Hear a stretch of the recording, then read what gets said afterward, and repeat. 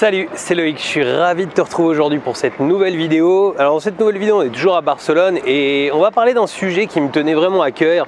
C'est pourquoi vouloir défiscaliser avec l'immobilier est la pire idée que tu puisses avoir. Allez, c'est parti!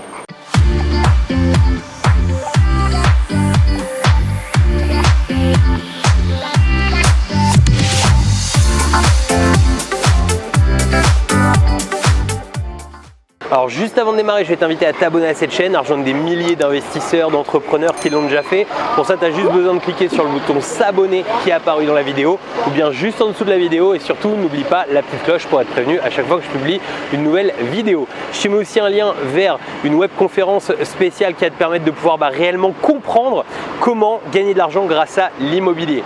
Pourquoi est-ce que défiscaliser c'est la pire idée au monde? En fait, défiscaliser c'est souvent ce qu'on a envie de faire lorsque l'on souhaite investir dans l'IMO. En fait, souvent c'est une des premières motivations des gens pour investir dans l'IMO, et en fait c'est une connerie dans beaucoup de ces cas. En France, on est tellement un petit peu perfusé aux aides sociales, etc., que souvent on se rend pas compte, mais on met du temps en fait à commencer à payer les impôts. Concrètement, en fait, si tu veux, en France, souvent les gens, pendant un bon moment de leur vie, ils ont des gamins, tout ça, et comme la France a un bon taux de natalité parce qu'ils poussent aux enfants et tout, les gens en fait payent pas beaucoup d'impôts pendant un certain nombre d'années. Puis à un moment, les enfants grandissent, tout ça, et puis ils se mettent en fait à en payer beaucoup plus, et ils sont juste blasés en fait, tout simplement. Ils ont vraiment l'impression de se faire un petit peu avoir par le système, et puis là ils vont commencer à les taper sur Google, bien souvent, défiscalisation, etc. En fait, le problème c'est que là ils vont tomber dans tous les pièges un petit peu qu'on a de l'immobilier avec la défisc. Le premier piège qu'on a, c'est bien souvent Pinel. En fait, effectivement, ça permet de pouvoir défiscaliser, mais il y a plein de risques en fait autour de Pinel. Et d'ailleurs, tiens, j'avais fait une vidéo, elle est très vieille, hein, ça fait vraiment longtemps, je crois qu'il s'appelait carrément Pinel Arnaque, un truc du genre. Mais j'avais fait une vidéo sur le sujet et je vais t'en remettre un lien, comme ça te permettra, ça évitera que la vidéo dure trop longtemps. On va pouvoir aller plus à l'essentiel pour que tu comprennes pourquoi c'est une mauvaise idée. Ce qui se passe, donc, les gens n'ont pas eu l'habitude de payer des impôts, et puis ils vont se mettre à payer, je sais pas, 3 000, 5 000 d'impôts par an, et puis ils vont se dire putain, c'est juste énorme en fait comme montant. Sauf qu'en réalité, c'est parce que pour moi en fait, si tu as cette impression, c'est parce que ça t'est jamais arrivé. C'est-à-dire que auparavant, tu n'as jamais eu un prélèvement, je sais pas, de 1 000 € par mois ou de 1 500 € par mois pour des impôts. Sauf que c'est le jeu, c'est comme ça. C'est-à-dire que on a en fait, on est en France, c'est-à-dire que le jeu de la France, c'est de payer des impôts. Quand on va chercher en fait à défiscaliser, la problématique c'est que si c'est du tout cuit qui nous tombe dans les mains, c'est-à-dire que si c'est des choses qui sont toutes faites qui nous tombent dans les mains, eh bien il faut se dire qu'il y a plein de gens qui gagnent énormément d'argent autour de tout ça, que les marges en immobilier sont toutes petites, et que donc à partir de là, en fait tu vas te retrouver à rémunérer des gens mais à pas faire les meilleures affaires du monde.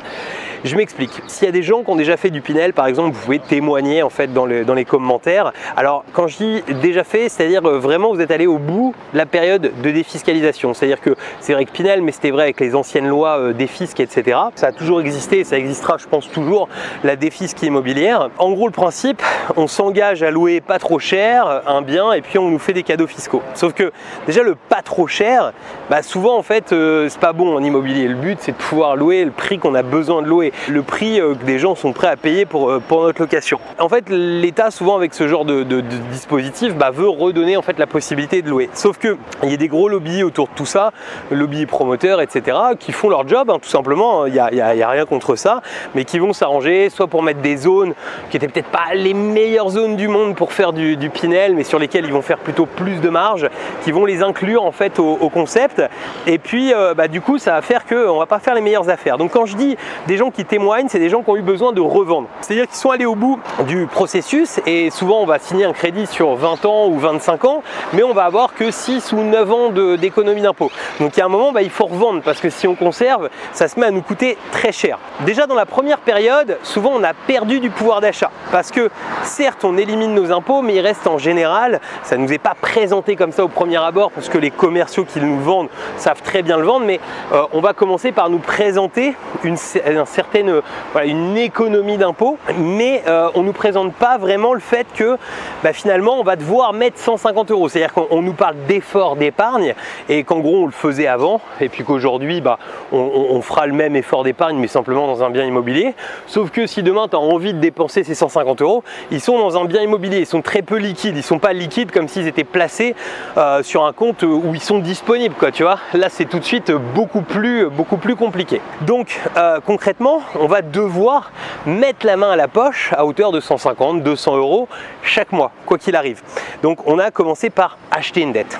Et ensuite surtout, là où on a le deuxième effet qui se coule qui peut être encore moins agréable, c'est le moment de la revente. Et au moment où tu vas devoir en fait revendre, souvent il faut se dire que c'est des immeubles entiers qui ont été faits en Pinel et tout le monde veut revendre à ce moment-là. Et si tout le monde veut revendre, eh bien les prix ont tendance à être tirés pas mal vers le bas. Et il y a des gens qui ont perdu vraiment des dizaines de milliers d'euros. Alors tu trouveras toujours des exemples de gens qui ont fait des bonnes opérations parce que, je sais pas, ils sont arrivés à Bordeaux au bon moment, ils sont arrivés dans telle ville au bon moment. Et tant mieux, super. Mais c'est pas la meilleure manière de faire. Alors on peut avoir aussi l'idée de faire du déficit foncier et de dire moi je vais investir en nu et déficit foncier et tout. Effectivement ça se défend parce qu'on va annuler ses impôts pendant un moment. Le problème c'est qu'on a le premier effet qui se coule qui lui est cool. Tu vois, dans Pinel tu as deux effets qui se coulent mais pour moi les deux sont pas très bons. Mais là tu as le premier qui est quand même assez sympa. Tu as le premier effet qui se coule qui arrive qui est j'exonère pendant un certain temps. Par contre tu as le deuxième effet qui se coule qui arrive et celui-ci fait beaucoup moins plaisir. C'est qu'une fois que tu arrives au bout de ta défisque, donc peut-être 2 ans ou peut-être 1 an ou peut-être quand tu arrives au bout de ça, le problème c'est que tu vas te retrouver en fait à devoir payer plus d'impôts qu'auparavant. Alors que sinon on a des stratégies pour pouvoir lisser ça sur beaucoup plus long. Ça peut être le LMNP, ça peut être les SCI à l'IS, enfin voilà, il y a plusieurs stratégies. Mais en gros l'idée c'est de raisonner en mode entrepreneur. C'est-à-dire qu'il faut bien comprendre, j'avais expliqué dans pas mal de conférences etc. que j'ai pu donner sur le sujet, mais j'avais expliqué que fiscalement, en fait ce qu'il faut comprendre c'est que les États, ils ont tendance à toujours aider les entreprises. Pourquoi? Parce que ce sont les entreprises en fait qui créent la richesse, c'est-à-dire en gros qui vont augmenter le PIB du pays et tout ça. Enfin bref, je ne vais pas rentrer trop dans les détails. Donc du coup, ils vont aider ces entreprises et en fait, tant qu'on reste en mode, je dirais qu'on n'est pas en mode entrepreneur, mais qu'on reste en fait en mode investisseur particulier, en fait, on ne va pas utiliser ces leviers qui sont donnés aux entreprises. Donc bref, si ça t'intéresse que j'aille plus loin sur le sujet justement de la défisque, etc., n'hésite pas à me le mettre dans les commentaires. J'en parlerai, c'est-à-dire de comment investir pour pouvoir réellement faire de l'argent. Je te mets aussi un lien vers une conférence qui va aussi t'en dire beaucoup plus. Par contre ça dure plus de 2h30 de contenu, donc il faut que tu prévois un petit peu de temps devant toi. Je vais te mettre ça dans l'écran de fin et puis il me reste plus qu'à te remercier d'avoir suivi cette vidéo jusqu'à la fin et je te rajoute en plus dans l'écran de fin un lien pour pouvoir t'abonner à la chaîne et un lien vers la playlist des conseils immobiliers. Je te dis à très bientôt pour de nouvelles vidéos. Ciao.